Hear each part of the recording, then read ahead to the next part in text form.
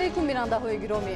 барномаи иттилоотии ахборро аз телевизиони Тоҷикистон манзури шумо менамоем бинандаҳои азиз. Дар студия бо шумо ёр Муҳаммад Самадов ва Савсанд Ғаюрзода. Дар оғоз таваҷҷӯҳ намоед ба сархати хабарҳо.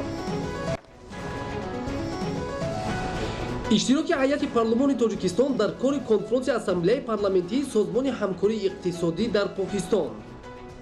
тақвияти инфраструктури роҳу нақлиёт дар ноҳияҳои Кӯҳистон, бунёди 7 пули мошингузар дар Бадахшон. дар ноҳияи Барзоб даври аввали озмуни ҷумҳуриявии Тоҷикистон ватани азизи ман доир гардид. кашф ва дарёфти овозхонҳои ҷавони боистеъдод, даври аввали фестивал озмуни ҷумҳуриявии телевизионии эҷодиёти халқ Андалеб 2021 дар ноҳияи Лахш. шарҳи ин ва дигар хабару гузоришот дар нашри навбатии барномаи иттилоотии ахбор. аз 1 то 3 июни соли равон раиси маҷлиси намояндагон Маҳмад Тоҳир Зокирзода бо сафари расмӣ ва ҷиҳати иштирок дар ҷаласаи ифтитоҳии конференси дуюми ассамблеяи парламентии кишварҳои аъзои созмони ҳамкории иқтисодӣ дар ҷумҳурии исломии Покистон қарор дошт. тақвият бахшидани равандҳои ҳамгироӣ ва густариши ҳамкориҳо дар доираи ассамблеяи парламентии созмони ҳамкории иқтисодӣ барои рушди кооператсияи саноатӣ дар байни кишварҳои минтақа шароит фароҳам оварда, дар ин замина ҷиҳати афзун намудани ҳаҷми савдои байни ҳамдигарӣ, афзоиши истеҳсоли маҳсулот ва дар ниҳояти кор ба ноилшавӣ ба ҳадафҳои ниҳоии сиёсати давлатҳо, коҳиши сатҳи камбизоатӣ ва таъмини некуаҳволии мардумон мусоидат менамояд. гузориши хабарнигорони мо. یادآور میشم که ضمن این سفر رئیس مجلس نمایندگان مجلس عالی جمهوری تاجیکستان محمد طاهر زاکرزاده 1 ایون در کار جلسه افتتاحی کنفرانس دوم اسمبلی پارلمانی کشورهای اعضای سازمان همکاری اقتصادی که با اشتراک پرزیدنت جمهوری اسلامی پاکستان عارف علوی رئیس اسمبلی ملی جمهوری اسلامی پاکستان اسد قیصر برگزار گردید اشتراک و سخنرانی نمود.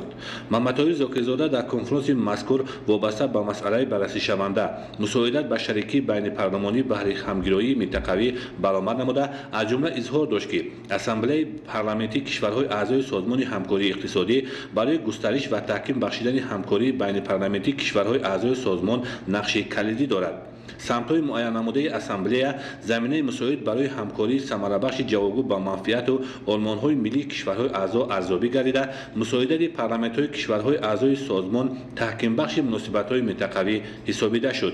در خاتمه در نزد اشتراکچیان کار کنفرانس دوم اسمبلی پارلمانی کشورهای اعضای سازمان همکاری اقتصادی پرزیدنت جمهوری اسلامی پاکستان عارف علوی از روی مسائل بررسی شده برآمد نموده ابراز نمود که برگزاری کنفرانس مذکور برای تحکیم همکاری کشورهای اعضای اسمبلی پارلمانی کشورهای سازمانی مذکور زمینه مساعد فراهم آورده همزمان عامل مهم جهت گسترش پیدا کردن مناسبات بین پارلمانی نقش کشورهای اعضا به شمار می‌رود. روز دوم ایون کنفرانس دوم اسمبلی پارلمانی کشورهای اعضای سازمان همکاری اقتصادی تحت ریاست رئیس اسمبلی ملی جمهوری اسلامی پاکستان اسد قیصر کار خود را ادامه داد که در آن سران هیئت‌های رسمی پارلمان‌های کشورهای اعضای اسمبلی پارلمانی کشورهای اعضای سازمان همکاری اقتصادی اشتراک و سخنرانی نمودند. رئیس مجلس نمایندگان مجلس عالی جمهوری تاجیکستان محمد طاهر زاکرزاده در کنفرانس مذکور وابسته به مسئله روزنامه نشست پیشبرد شریکی پارلمانی برای همکاری منطقوی سخنرانی نمود.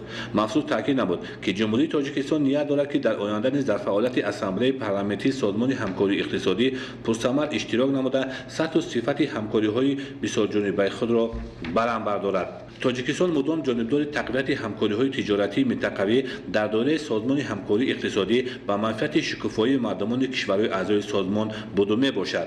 در انجام کار کنفرانس دوم اسمبلی پارلمانی کشورهای اعضای سازمان همکاری اقتصادی سروزیر جمهوری اسلامی پاکستان عمران خان اشتراک و سخنرانی نمودند. در ملاقات رئیس مجلس نمایندگان مجلس عالی جمهوری تاجیکستان محمد طاهر زاکرزاده با رئیس مجلس بزرگ ملی جمهوری ترکیه مصطفی سنتب که در دایره سفرش به جمهوری اسلامی پاکستان صورت گرفت مسئله تقویت همکاری‌های دوجانبه و بسیارجانبه در دایره سازمان‌های منطقوی و بین‌المللی از جمله سازمان همکاری‌های اقتصادی بررسی گردید. محمدطاهر زاکرزاده همچنین با رئیس اسامبله ملی جمهوری اسلامی پاکستان اسد قیصر ملاقات نمود. ضمن نشست تاکید کرده شد که ملاقات امروزه در حوزه دوم کنفرانس اسامبله پارلمانی کشورهای اعضای سازمان همکاری اقتصادی نشانه اعتماد سیاسی طرفین میباشد.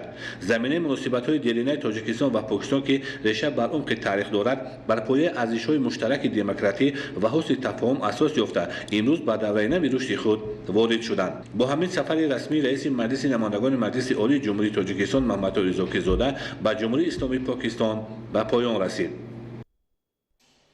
در شهر دوشنبه فورومی صاحبکاران جمهوری تاجیکستان و جمهوری اسلامی افغانستان اوید به همکاری‌های تجارتی و اقتصادی برگزار گردید. اشتراکچیان وابسته به امکانیت‌های سرمایه‌گذاری، گسترش همکاری‌های تجارتی و اقتصادی و تأسیس کارخانه‌های نوی صنعتی اظهار هوسمندی کردند. گزارش باباکلان امینزاده و بهادر قربان.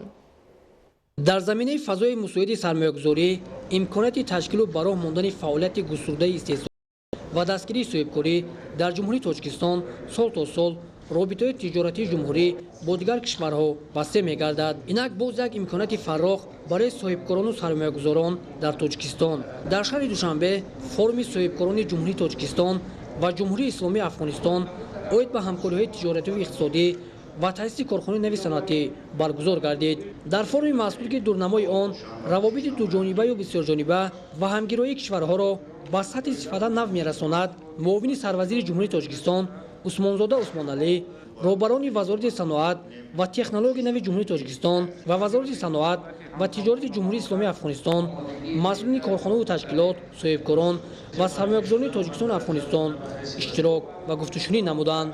این چاره‌بینی در دایره اجرای موافقه‌های بین دولتی برگزار شد. هدف از برگزاری چاره‌بینی مذکور از آن عبارت میباشد که جانب‌ها در تطبیق لایحه‌های مشترک فعالیت را وسعت بخشیده، همکاری‌ها در نظر در ساحه تشکیل نمودن کارخانه‌های مشترک نساجی، کارخانه‌های مشترک در ساحه صنعت سبک، کارخانه‌های مشترک در ساحه صنعت معدن‌های کوهی، امکانات همکاری‌ها در استخراج و صادرات انگیز به جمهوری اسلامی افغانستان، برای ماندن همکاری‌ها در ساختمان کارخانه‌های مشترک، استحصال محصولات مصالح ساختمان و غیره. مقصد از راه اندازی چاره‌بینی مذکور با فراگیری دایره وسیع سرمایه‌گذاران و صاحبکاران هر دو دولت، معرفی امکانات‌های سرمایه‌گذاری در جمهوری تاجیکستان برای صاحبکاران افغانستان میباشد. افغانستان و تاجیکستان که از سالهای دور تا امروز با هم مناسبت‌های هم فرهنگی، همزبانی و اقتصادی و تجارتی دارند، در سالهای اخیر حدود 70 تا 100 میلیون دلار روابط گردش مال تجارت سودا بین دو کشور بوده است. این چنین بیزنس فورم ها می توانند به مناسبت های اقتصادی، توسعه تجارت و اشتغال زایی، ترانزیت و وصل منطقه و تاجیکستان و افغانستان و کشورهای منطقه‌ای و فرامنطقه‌ای کمک بکنه. تقویت همکاری‌ها در سمت تجارت، جستجو و پایدار نمودن شریکان نو، تبادل تجربه و استفاده ثمره‌بخش امکانات موجوده از مسائل اساسی بیزنس فورم بود. وسعت دادن همکاری اقتصادی و هوسمندی همه‌جانبه را صاحبکاران تاجیکستان و هم افغانستان جانبداری نمودند. ما به اینجا آمدیم به نمایندگی از افغانستان به خصوص شهر هرات که یک شهر صنعتی هست، شهر تجارتی هست، شهر فرهنگی هست.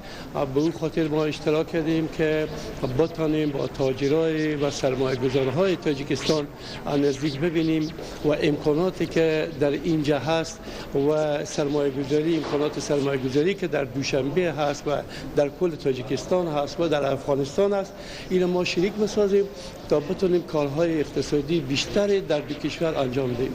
همکاری در سمت اقتصاد مثبت، هدف‌های دو جانبه و بسیار جانبه در سمت بهداشت و فراهم گردیدن شرایط ارزنده در ساحه گوناگونی خودجویی خلق ثمره بخش و گردش مال و محصولات میان دولت‌ها نظر از ارزیابی شد. ذخیره انرژتیکی و طبیعی، استحصال و کارکرد محصولات صنعتی، کشاورزی، سیاحتی و کوهنوردی و دیگر مسائل‌ها در جریان بیزنس فورم پورا تجسم یافت. شرکت‌های با نفوذ وطنی و جنوب افغانستان امکانات‌های سرمایه‌گذاری و دوره فعالیت صاحبکاری و سرمایه‌گذاری خویش را توسط ویدیورولینک و دیگر واسطه تبلیغاتی معرفی نمودند. اشتراکداران وابسته به منفعت چاره‌بینی ابراز نظر نموده جمهوری تاجیکستان را یک پل مستحکم در سمت براه ماندن مناسبت‌های تجارتی کشورها ارزیابی نمودند و همچنین برای پایدار نمودن راه‌های نوی همکاری пешниҳоди муфиду манфиатбор ироа карда шуд. Бобокон Ламизода, Баҳодури Қурбон, мақсади мақсад, ахбор.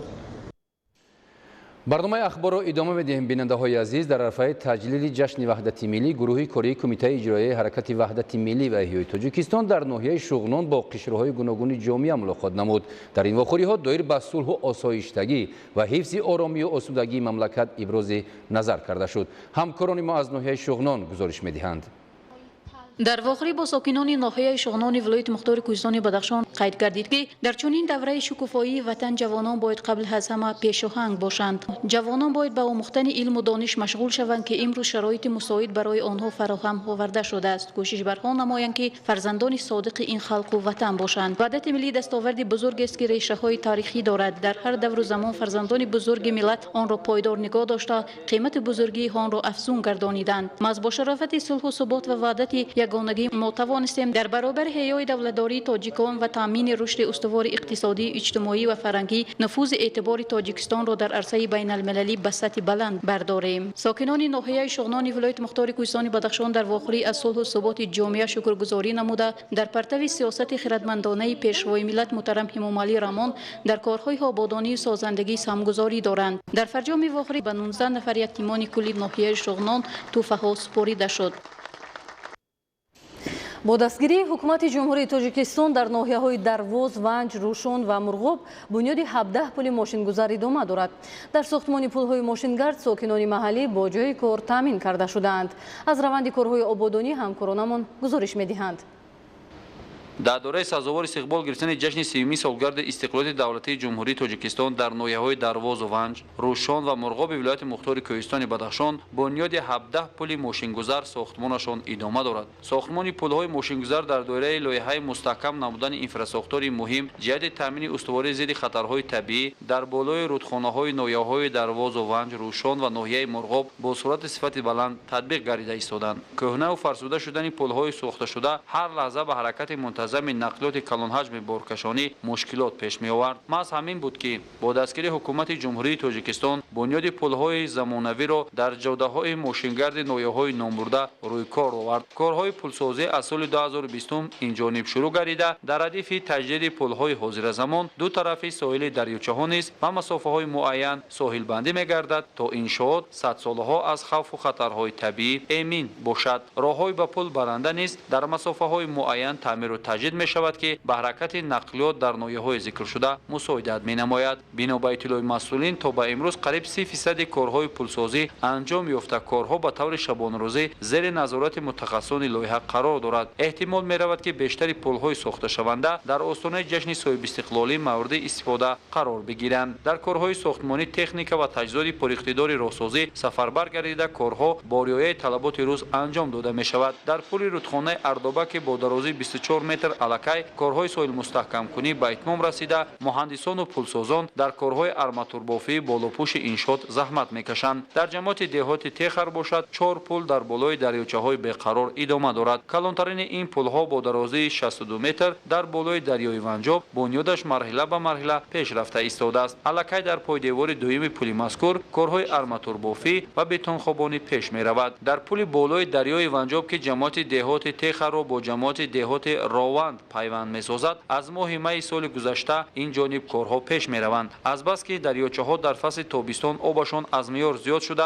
به حرکت نقلیات مشکلات ایجاد می‌کند، بنیاد چنین پل‌های حاضر زمان به مورد است. تطبیق لایحه ساختمان سلسله پل‌های پراقتدار از دستگیری و غمخواری اساسگذار صلح و وحدت ملی پیشوای ملت پرزیدنت جمهوری تاجیکستان محترم امام علی رحمان جهت بهبودی بخشیدن به زندگی ساکنان ولایت مختار کوهستان بدخشان نگرانیده شده است. ضمن بازدید از روند کارهای سازندگی در پل دهه سید 7 تکنیکای پراقتدار با کارهای تخت و هموارکنی راههای به انشاءات پیوست شونده ادامه دارد. 15 نفر راهساز و مهندسان چینایی در این قسمت روند کارهای راهسازی را نظارت میکنند. کارهای ساحلبندی از دو طرف پل‌ها نیز در هدف کارهای ساختمانی با کشانیدن خرسنگ‌ها و مستحکم کردن ساحل دریاچه‌ها نیز توسط تکنیکای زمانوی انجام داده شده. بعداً بتون خوابانیده می شود که چنین طرز کار برای سالهای سال حفظ نمودن پل‌ها از بلندشوی سطح آب‌ها در فصل تابستان افغانستان زمینه میگذارد. در ردیف مهندسان و متخصصان چینایی 298 نفر ساکنان محلی ناحیه‌های دروازه‌بند، روشان و مرغاب در کارهای ساختمانی به کار جلب شده صاحب معاش بلند در محل زیستشان میباشد. бахшида ба ҷашни 30-солагии истиқлоли давлатии ҷумҳурии тоҷикистон дар ноҳияи тоҷикобод дар маҷмӯъ 77 иншооти нав ба истифода дода мешавад. то имрӯз 34 иншоот мавриди истифода қарор гирифта, дар боқимонда корҳои сохтмонӣ идома дорад. гузориш аз ноҳияи тоҷикобод. баъди мавриди истифода қарор гирифтани иншооти сохташаванда сокинони маҳаллӣ аз хизматрасониҳои замонавӣ дар соҳаҳои тандурустӣ, маориф ва фарҳанг баҳравар мешаванд. таваҷҷуҳи пайвастаи ҳукумати мамлакат ва ҷалби соҳибкорону сокинони маҳаллӣ барои таъмини вусъати созандагиҳо дар ноҳияи тоҷикобод мусоидат кардааст. бунёди муассисаҳои нави тиббӣ, фарҳангӣ ва марказҳои хизматрасонӣ дар доираи омодагиҳо ба ҷашни 30-солагии истиқлоли давлатии ҷумҳурии тоҷикистон сурат мегирад. қисми зиёди иншооти сохташаванда бо саҳмгузории фаъолонаи сокинони маҳаллӣ ва аз тарафи соҳибкорон бунёд мегардад. мавриди истифода қарор гирифтани иншооти нави маишию хизматӣ ба таъмини рушди беҳтари сатҳи иқтисодию иҷтимоӣ ва ба шуғли доимӣ фаро гирифтани даҳҳо нафар мусоидат мекунад. бахшида ба ҷашни 30-солагии истиқлоли давлатии ҷумҳурии тоҷикистон зиёда аз 77 иншоотҳои таъйиноти гуногун сохта мавриди истифодабарӣ қарор дода мешаванд. айни ҳол дар ноҳия 34 иншоот сохта мавриди истифодабарӣ қарор дода шуд ва дар иншоотҳои боқимонда корҳои сохтмонӣ бо маром идома доранд. аз теъдоди умумии иншооти ба нақша гирифта шуда аллакай 34 тои он мавриди истифода қарор дода шудааст. ҳангоми бунёди иншоот қабл аз ҳама ба сохти меъмории миллӣ ва риоя кардани унсурҳои тасвиркунандаи таъриху тамаддуни миллати тоҷик мароғ зоҳир карда мешавад. заҳматкашони ноҳияи тоҷикобод бо шукргузорӣ аз сиёсати хиратмандонаи пешвои маъзами миллат муҳтарам эмомалӣ раҳмон корҳои ободонии созандагиро вусъати тоза бахшида то ҷашни 30-солагии истиқлолияти давлатии ҷумҳурии тоҷикистон тамоми иншоотҳое ки ба нақша гирифта шудааст мавриди истифода қарор медиҳанд ва ин санаи мубораку муқаддаси ҷумҳуриро бо дастовезҳои арзандаи меҳнатӣ пешбоз медиҳад.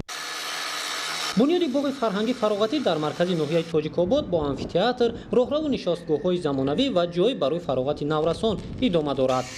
қасри фарҳанг аз дигар иншооти калон ба ҳисоб меравад ки баъди мавриди истифода қарор гирифтани он кормандони бахши фарҳанг аз шароити замонавии фаъолият баҳравар шуда барои гузарондани чорабиниҳои сатҳи баланд дар дилхоҳ фасли сол имкон фароҳам мешавад. сокинони ноҳияи тоҷикобод мақсад гузоштанд ки дар корҳои ободонӣ ба таври дастҷамъона саҳмгузорӣ намуда иншооти сохташавандаро сари вақт мавриди истифода қарор диҳанд.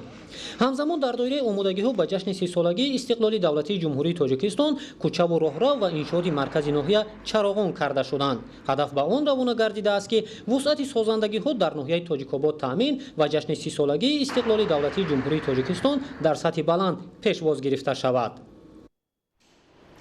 дар ноҳияи спитамени вилояти суғд ба истиқболи ҷашни 30-солагии истиқлоли давлатии ҷумҳурии тоҷикистон тадбирҳои бунёдкории вусъат дошта, аз 410 иншооти ба нақша гирифта шуда то имрӯз 378 иншоот сохта мавриди истифода қарор дода шуд.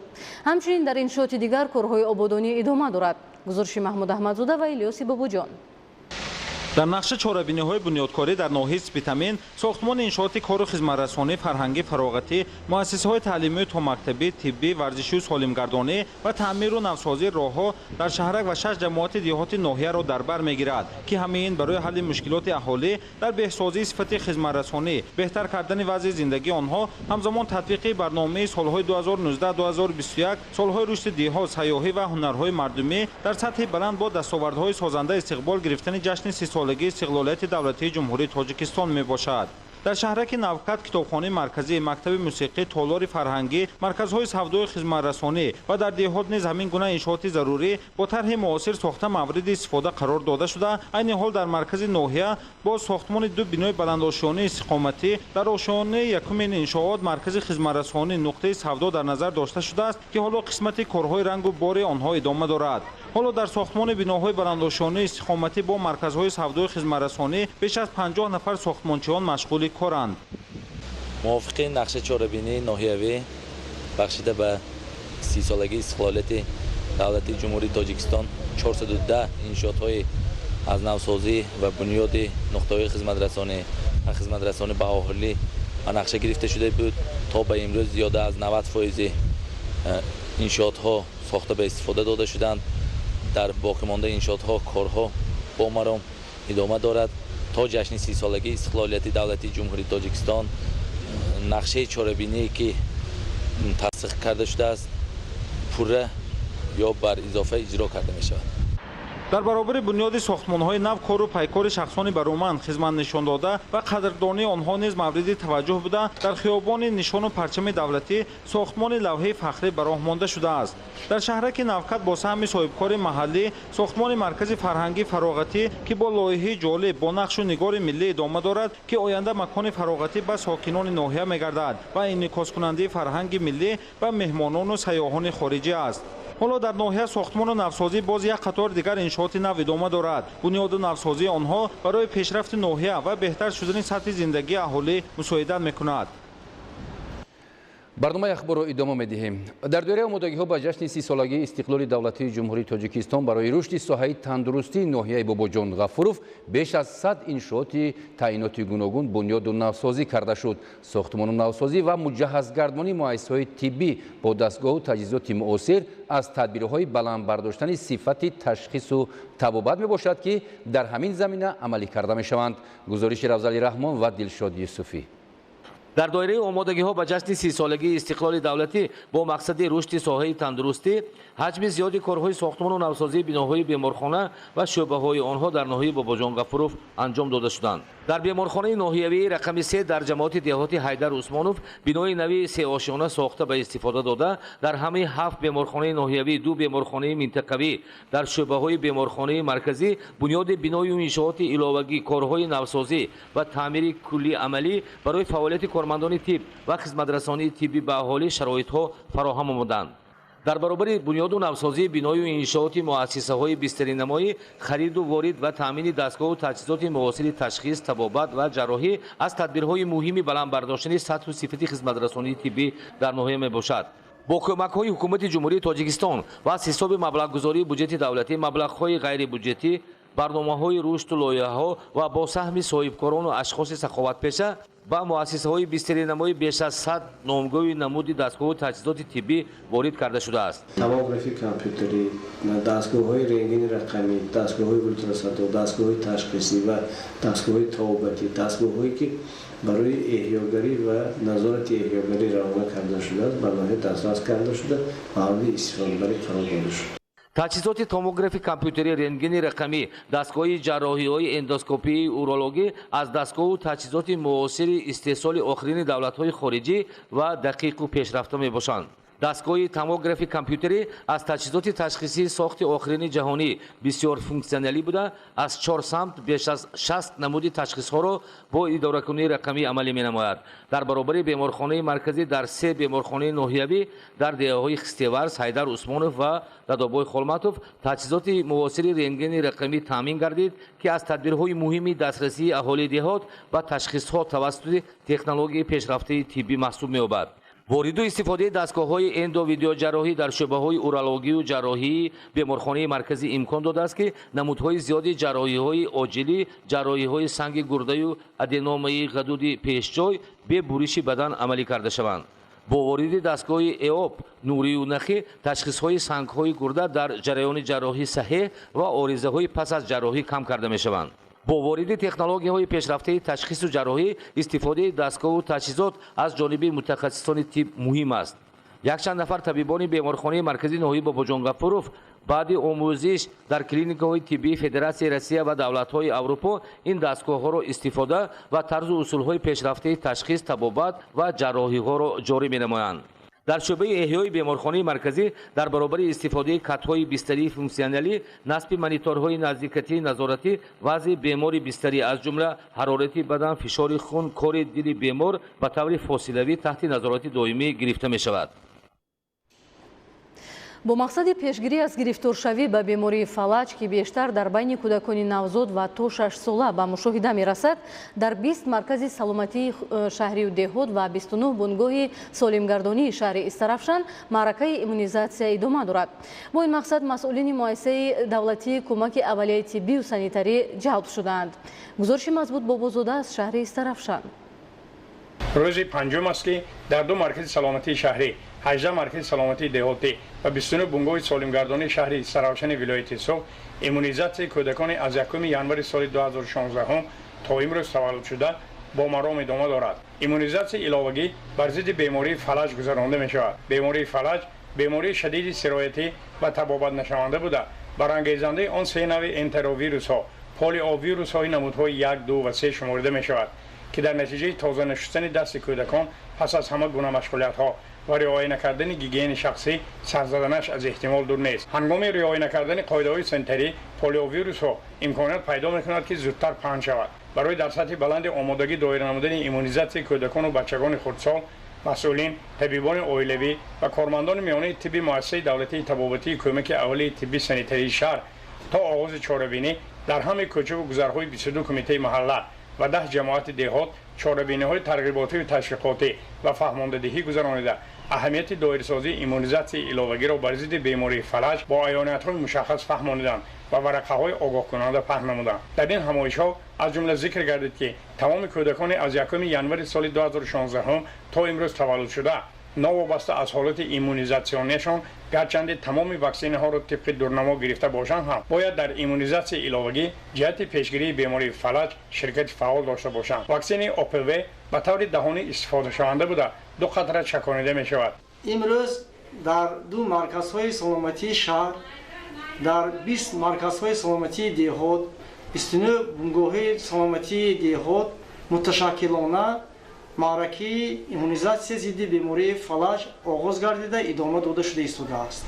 دوام 4 روز برگزاری ایمونیزاسیون از 34714 نفر کودکان و بچگان خردسال به قید گرفته شده در 2 مرکز سلامتی شهری، 18 مرکز سلامتی دهاتی و 29 بنگاه سالمگردانی موجوده نزدیک 30,000 نفر کودکان و بچگان تا 6 ساله از ایمونیزاسیون علاوگی گذرانده شدند. مزبوط بابازاده از شهر سراوشان برای برنامه اخبار. گذراندن کارهای فهماندهی و مشورت و واخوری‌ها در بین صاحبکاران که به طور دائمی عملی می‌گردد نتیجه دلخواه می‌دهد. در سمت حمایت بازار استعمالی از محصولات پس‌صفت و مهلت استعمالیش گذشته و ویران شده امروز اکثریت صاحبکاران مملکت مسئولیت شناس می‌باشند. گزارشی خبرنگاران ما در این موضوع. намояндагони ҷамъияти дорои масъулияти маҳдуди адана бо мақсади несту нобуд кардани зиёда аз 8140 килограмм маҳсулоти вайроншуда ва муҳлати истеъмолияш гузашта бо ташаббуси худ ба мутахассисони агентии тоҷикстандарт муроҷиат карданд. дар асоси гузарондани корҳои фаҳмондадиҳӣ дар нуқтаҳои савдо ва бозорҳои шаҳри душанбе бо ташаббуси соҳибкорон ки маҳсулотҳои муҳлати истеъмолишон гузашта ё ин ки маҳсулоте ки намуди зоҳирияшон огум карданд бо ташаббуси худшон барои нестунобудкунӣ ба агентии тоҷикстандарт маҳсулотҳояшонро ирсол менамоянд. طبق ترتیبات مقرر گردیده محصولات از روی نوشون طبق خلاصه کمیسیا محصولات قسمان به باغ حیوانات اینچنین برای نیست نابودکنی به پرتوگوی شهر دوشنبه ارسال می‌گردند. محصولات ویران شده عبارت از افشوره لیمو، نخود سبز و جواری مکای کنسرو شده، شیرینی‌ها و نوشاکی‌های تشنه‌شکن عبارت بود. قسمی از این محصولات ویران نشده و مهلت استعمالیش بردوام بود، ولی نمود ظاهریش را هنگام انتقال و نگهداری گم کردند که آن قابل به خریدار پیشنهاد کردن نیست. زیرا نمود ظاهری همه گونه مال و محصولات هنگام فروش باید به طلبات جوابگو باشد. محصولات یعنی که شکلات‌های گرامیلو 24 مارس سال 2021 مهلت استعمالیش علاقه کورنوشای هم گردیده است. این محصولات از سبب مهلت استعمالش گذشته به اگنتوی زادار مراجعت نموده است برای نیست نابودکنی. همزمان محصولاتی که ما می‌بینیم نوشاکی‌ها این نوشاکی‌ها مهلت استعمالش تا 5 مارس سال 2022 علاقه مهلت استعمالش حال کورشوی هم میباشد. از سبب نمود ظاهریش را گم کردن در حالت انتقال از طرف با تشبوس صاحبکار این محصولات برای نیست نابودکنی به اگنتوی توجیه‌سازی مراجعت نمودند. محصولات مذکور برای نابودسازی به باغ حیوانات شهر دوشنبه برای خوراک جانوران انتقال داده شد.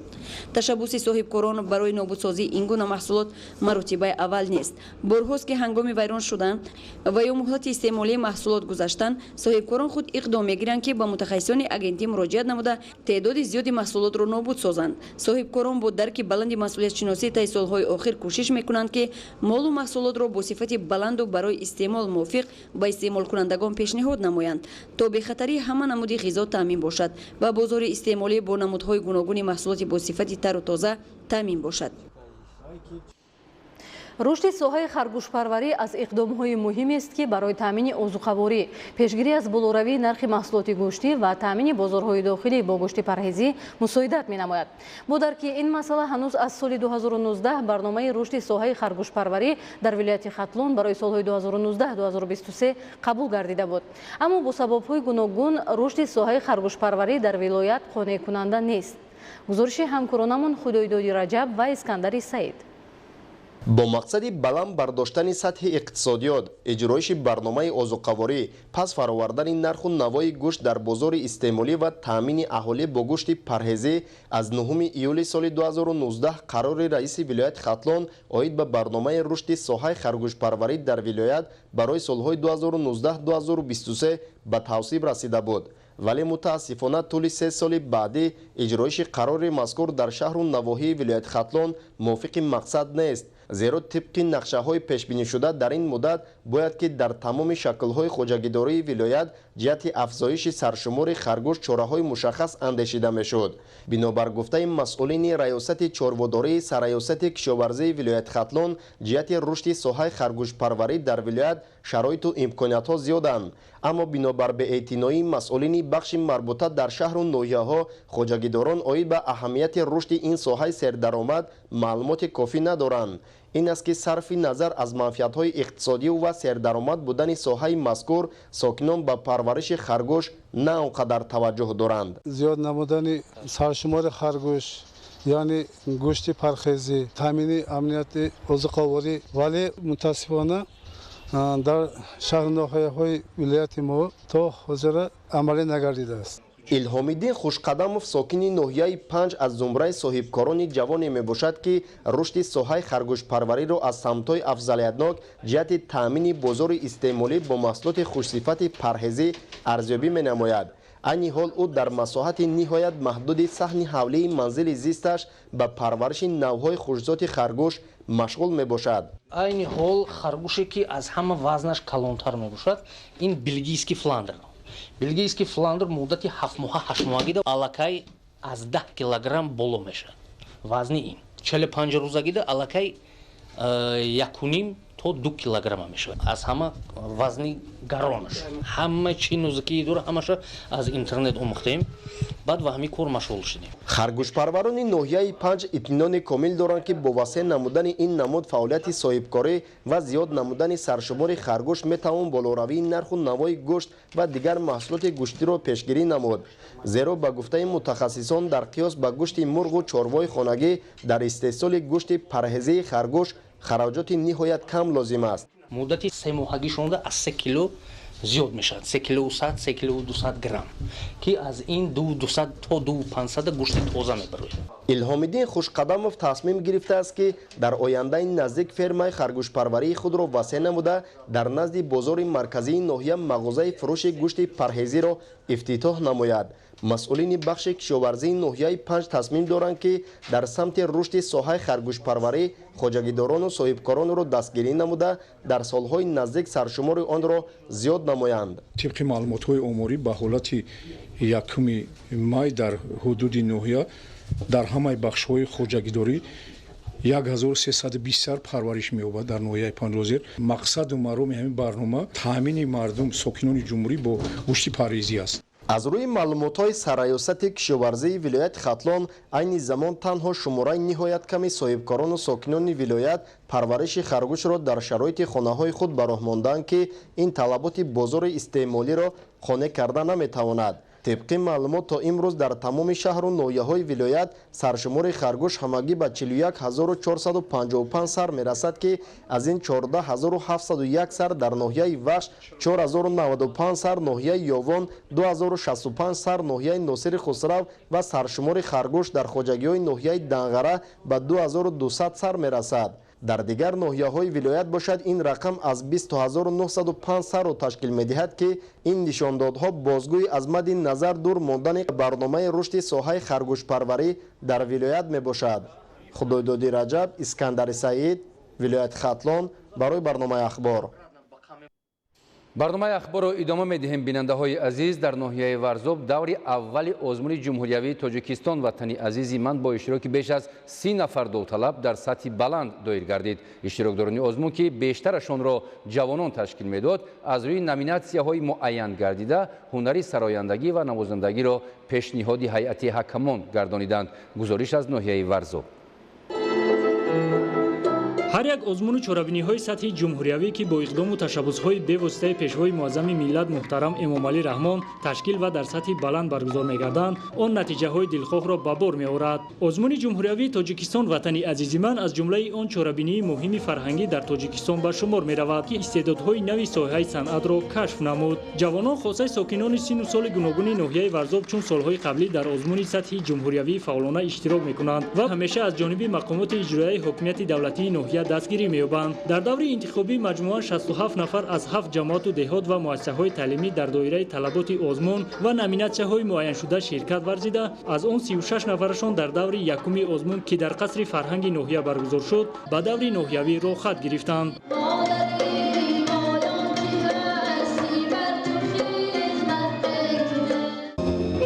ҷавонон ва нафарони сину соли гуногун ҷиҳати роҳ ёфтан ба даври дуюми озмуни ҷумҳуриявии тоҷикистон ватани азизи ман бо омодагии ҷиддӣ дар озмун иштирок намуда аз рӯи номинатсияҳои сарояндагӣ ва навозандагӣ ҳунару маҳорати худро санҷиданд. аъзои ҳакамон низ ҳунару истеъдодҳои ҳар як иштирокчии даври ноҳиявии озмунро мувофиқ ба талаботи низомнома баҳогузорӣ намуданд.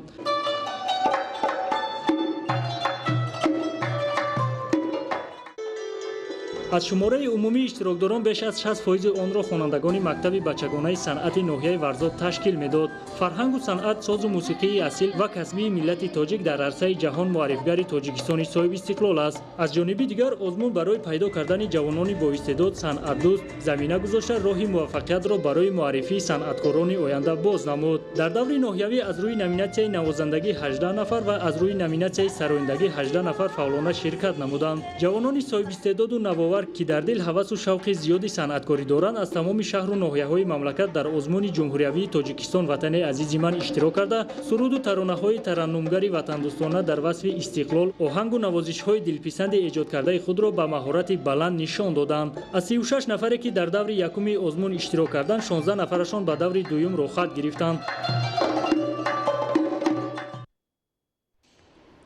бахшида ба 30-солагии истиқлоли давлатии ҷумҳурии тоҷикистон ва солҳои рушди деҳот, сайёҳӣ ва ҳунарҳои мардумӣ аз моҳи март то нимаи якуми моҳи август бо иштироки дастаҳои ҳаваскорони санъати шаҳру ноҳияҳои мамлакат фестивал озмуни ҷумҳуриявии телевизионии эҷодиёти халқ Андалиб 2021 баргузор мегардад. дар ҳамин замина даври ноҳиявии ин озмун дар ноҳияи кӯҳистони Мастчоҳ баргузор гардид. гузориши Фарҳоди Раҳмат. соҳаи фарҳангу ҳунар соҳаи муҳими давлатдорӣ ба шумор рафта асоси шинохти миллатҳо дониста мешавад. баргузор намудани фестивал озмуни ҷумҳуриявии телевизионии эҷодиёти халқ Андалиб 2021 боз як қадами устувор аст, ки барои амалишавии нақшаҳои ҳадафноки ҳукумати ҷумҳурии Тоҷикистон замина фароҳам меоварад. фестивал озмуни ҷумҳуриявии телевизионии эҷодиёти халқ Андалиб 2021 ки ба хотири сазовор таҷдид намудани 30-солагии истиқлоли давлатии ҷумҳурии Тоҷикистон ва солҳои рушди деҳот, сайёҳӣ ва ҳунарҳои мардумӣ роҳандозӣ гашта, имрӯзҳо дар шаҳру навоҳии мамлакат баргузор мегардад. аҳли фарҳанг ва умуман сокинони ноҳияи кӯҳистони Мастчоҳи вилояти Суғд низ чорабиниро дар сатҳи зарурӣ гузарониданд. фестивал озмун аз рӯи 12 шаҳр, бозори ҳунарҳои халқӣ, навозиши умумӣ, намоиши сару либоси қадимаи миллии занонаи мардона, рақси яка, суруди яка, саҳначаи ҳаҷвӣ, порча аз анъанаҳои мардумӣ ва ғайра таҳия гардида буд, гузаронида шуд, ки дар он бештар ҷавонони ноҳия иштирок намуда ҳунари волои худро нишон доданд. ҳадаф аз баргузории фестивал озмун намоиш додани дастовардҳои ҳунарию фарҳангии 30 соли истиқлоли давлатии ҷумҳурии Тоҷикистон ва ҳунарҳои мардумӣ буда, баҳри дар сатҳи баланди ташкилию эҷодӣ баргузор гардидани он ҳунармандони ноҳияи кӯҳистони Мастчоҳ кӯшиши зиёд намуданд ва дар натиҷа барномаи рангину ҷолиберо пешниҳоди ҳайати ҳакамон гардониданд. гуфта шуд, ки фестивал озмуни ҷумҳуриявии телевизионии эҷодиёти халқ Андалиб 2021 ба ҳамагон имкон медиҳад, ки аҳли фарҳанги ҷумҳурӣ комёбиҳои фарҳангу ҳунари ҳар минтақаи мамлакатро бо табишҳои рангини он манзури тамошобинон гардонанд. мақсади асосии фестивал озмуни ҷумҳуриявии телевизионии эҷодиёти халқ Андалиб 2021 низ дарёфти чеҳраҳо, истеъдодҳои нав санҷиши нерӯҳои зеҳниву эҷодии муассисаҳои фарҳангӣ тақвият бахшидани вазифаҳои иҷтимоии онҳо дар эъмори ҷомеаи навбунёди тоҷикистон ва дар ин замина баландбардоштани нақши онҳо дар раванди тарбияи маънавии шарфандон бахусус насли наврас дар рӯҳии ватаншиносӣ ватандӯстӣ ифтихори миллӣ арзгузорӣ ба мероси пурғановати фарҳанги миллӣ ва намоиш додани дастовардҳои ҳунарию фарҳангии 30 соли даврони истиқлолият мебошад ки дар он бештар ҳаваскорон ва ҳунармандони халқӣ ҷалб гардида маҳорату истеъдоди хешро намоиш медиҳанд. ҳайати ҳакамон ба ҳунару иштирокдорони фестивал озмун баҳои баланд дода ноҳияи кӯҳистони мастҷоҳро хазинаи бои ҳунарҳои халқӣ эътироф намуданд. сипас аз ҷониби роҳбарияти ноҳияи кӯҳистони мастҷоҳ ҷиҳати омодагӣ дидан ба дигар чорабиниҳои фарҳангии навбатӣ дар ҷашнҳои бузурги дар пеш истода ибрози назар карда ҳамзамон ба чанд нафар аз аҳли ҳунари ноҳия тӯҳфаҳои хотирмон тақдим гардид. кашф ва дарёфти овозхонҳои ҷавони боистеъдод дар доираи ташкили фестивал озмуни ҷумҳуриявии телевизионии эҷодиёти халқ Андалиб 2021. ҳунармандони ноҳияи лахш даври ноҳиявии ин фестивал озмунро бо баргузории барномаи фарҳангӣ иборат аз намоиши ҳунарҳои мардумӣ бо иловаи навгониҳои муосир ҷамъбаст намуданд. гузориши Нуруддини Қурбон ва Баҳриддини Исомиддин аз ноҳияи лахш. муаррифии санъати асили миллӣ ва интихобу дарёфти истеъдодҳои нави соҳаи санъат қабл аз оғози даври ноҳиявии фестивал озмуни ҷумҳуриявии телевизионии эҷодиёти халқ Андалеб 2021 дар ноҳияи лахш ҳайати ҳакамон ва меҳмонон тибқи низомномаи фестивал озмун аз намоиши ҳунарҳои мардумӣ ки дар сатҳи баланд ташкил карда шуда буд дидан карданд. маҳсури ҳунарҳои миллии эҷодкорону ҳунармандони ноҳия аз ҷумла гулдӯзӣ, кашидадӯзӣ, созҳои асбобҳои мусиқӣ ва ғайра диққати тамошобинонро ба худ ҷалб карда ба ҳунари волои онҳо аз ҷониби масъулин баҳои баланд дода шуд. тибқи иттилоъ дар даври ноҳиявии фестивал озмуни ҷумҳуриявии телевизионии эҷодиёти халқ Андалеб 2021 248 нафар иштирок карда санъати воло, ҳунару истеъдоди сарояндагии худро дар бахшҳои гуногун муаррифӣ карданд. дар асоси низомнома иштирокчиён аз рӯи 12 бахш аз ҷумла навозиши умумӣ, рақси якка, суруди якка, навозиши якка, суруди анъанавӣ, саҳначаи ҳаҷвӣ, байтбарак, сурудани тарона ва бадеҳахонӣ баромад карда ҳунари худро нишон доданд. муҳтавои шеъру сурудҳои дастаҳои ҳунарӣ, мавзӯъҳои истиқлоли давлатӣ, меҳру муҳаббат нисбат ба ватан, инъикоси рӯҳияи хештаншиносӣ, ватандорӣ, ифтихори миллӣ, файзу баракати истиқлол, тарғиби арзишҳо ва мероси пурғановати фарҳанги миллӣ, тарғиби ҳунарҳои мардумиро фаро мегирифт. фестивал озмуни ҷумҳуриявии телевизионии эҷодиёти халқ Андалеб 2021 бахшида ба 30-солагии истиқлоли давлатии ҷумҳурии Тоҷикистон ва солҳои рушди деҳот, сайёҳӣ ва ҳунарҳои мардумӣ бо иштироки дастаҳои ҳаваскорони санъати шаҳру ноҳияҳои мамлакат баргузор карда мешавад. тибқи хулосаи ҳайати аъзои ҳакамони фестивал озмун ноҳияи лахш соҳиби 108 хол гардид. Нуриддини Қурбон, Баҳриддини Исмониддин, Убайдуллои Сайвалӣ аз ноҳияи лахш барои барномаи ахбор. дар ҷашнвораи театри Парасту 2021 ҳунармандони театри вилоятӣ ба номи Ато Муҳаммадҷонови шаҳри Бохтар соҳиби ҷои дуюм гардиданд. аҳли эҷоди театри Хатлон намоишномаи Бежан ва Манижаро аз рӯи асари безаволи Шоҳномаи Фирдавсӣ ба саҳна гузоштанд. гузориши Абдурозиқи Азиз. ҷашнвораи театрии Парасту 2021 бо ташаббуси Вазорати фарҳанги ҷумҳурии Тоҷикистон дар 2 сол як маротиба баргузор мегардад. дар миёни 12 театри касбии ҷумҳурии Тоҷикистон ҳунармандони театри вилоятӣ ба номи Ато Муҳаммадҷонови шаҳри Бухтар имкон ёфтанд ки бо намоишномаи ҷадид дар ин ҷашнвораи бузурги фарҳангӣ ширкат варзанд. имрӯз ҳунармандони театри мо бо намоишномаи Бежан ва Манижа аз рӯи Шоҳномаи безаволи Ҳаким Фирдавсӣ достони Бежан ва Манижаро рӯи саҳна оварданд дар инсценировкаи Ҷумъа Қудус ва дар таҳия ва коргардони коргардон Баҳром Қурбонзода. чун намоишномаи мо намоишномаи хусусияти драматургияи миллӣ дошт ва дар ин фестивал озмун сазовори ҷои дуюм гардидем. воқеан ҳам ҳунармандони театри вилоятӣ ба номи Ато Муҳаммадҷонови шаҳри Бухтар асари безаволи Фирдавсиро хеле ҷаззоб бо сабки мушкили назмӣ, пурмуҳтаво, дилкаш ва рангину таъсирдор барои тамошобинони театр пешниҳод намуданд.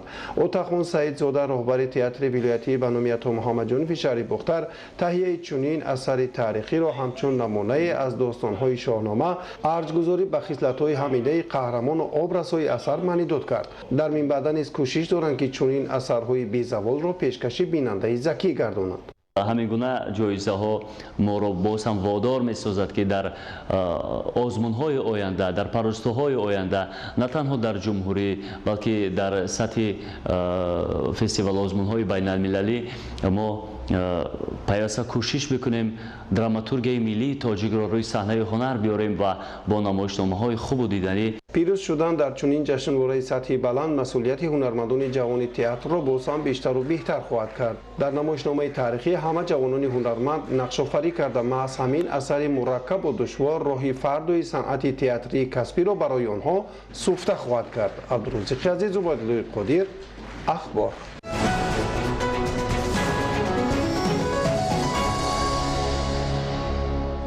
лицеи касби сайёҳӣ ва хизмат дар шаҳри ваҳдат навтаъсис буда барои омода намудани ҷавонон ба касбҳои зарурии соҳаи сайёҳӣ нигаронида шудааст. айни замон дар ин муассисаи таҳсилоти миёнаи касби ҷавонон аз рӯи 6 касбу ҳунари талаботи бозори меҳнат омода карда мешаванд. гузориши маҳмадалӣ абдукарим ва шукруллои нурло дар ин хусус. лицеи касби сайёҳӣ ва хидмат дар шаҳри ваҳдат соли якум аст ки фаъолият дошта ин муассисаи ҳунаромӯзӣ бо дастуру ҳидоятҳои созандаи асосгузори сулҳу ваҳдати миллӣ пешвои миллат президенти ҷумҳурии тоҷикистон муҳтарам эмомалӣ раҳмон дари худро барои ҳунаромӯзон боз намуд. ин боргоҳи ҳунаромӯзии навтаъсис дорои синфхонаҳои зебою барҳаво ва муҷаҳҳаз бо технологияи муосир буда ба ҷавонон омӯзгорони соҳибихтисос машғулиятҳои назариявию амалӣ доир менамоянд. имрӯз дар лицеи касби сайёҳӣ ва хидмат дар шаҳри ваҳдат бо иштироки хатмкунандагони муассисаҳои таълимии шаҳри ваҳдат тадбири касбинтихобкунии рӯзи дарҳои кушод доиру баргузор гардид. خب عین زمان در مؤسسه 8 اختصاصی که ضروری است فعالیت می‌نمایند. این اختصاصی سیستم کامپیوتر و اینترنت تکنولوژی، خب توراگن، تور اپراتور، راهبلد، حسابدار با دانستن کامپیوتر، دوزنده، آشپز و آشپزخانه. عین زمان در مؤسسه گروه با گروه تور اپراتور فعالیت می‌نمایند که این اختصاصی سیاحی به حساب می‌رود و در طبق نقشه تعلیمی آنها به منطقه‌های سیاحی جمهوری سفربر کرده میشن و از آنها دیدن می‌نمایند و خود اختصاصی تور اپراتور این اختصاصی میباشد که با آنها راه و روش جلب سیاحان را به منطقه‌های سیاحی جمهوری تاجیکستان خوبتر و در سطح بلند آموزانند. мақсад аз ташкил намудани лицеи касби сайёҳӣ ва хидмат дар шаҳри ваҳдат омода намудани мутахассисони соҳибкасб дар соҳаи сайёҳӣ ба ҳисоб меравад.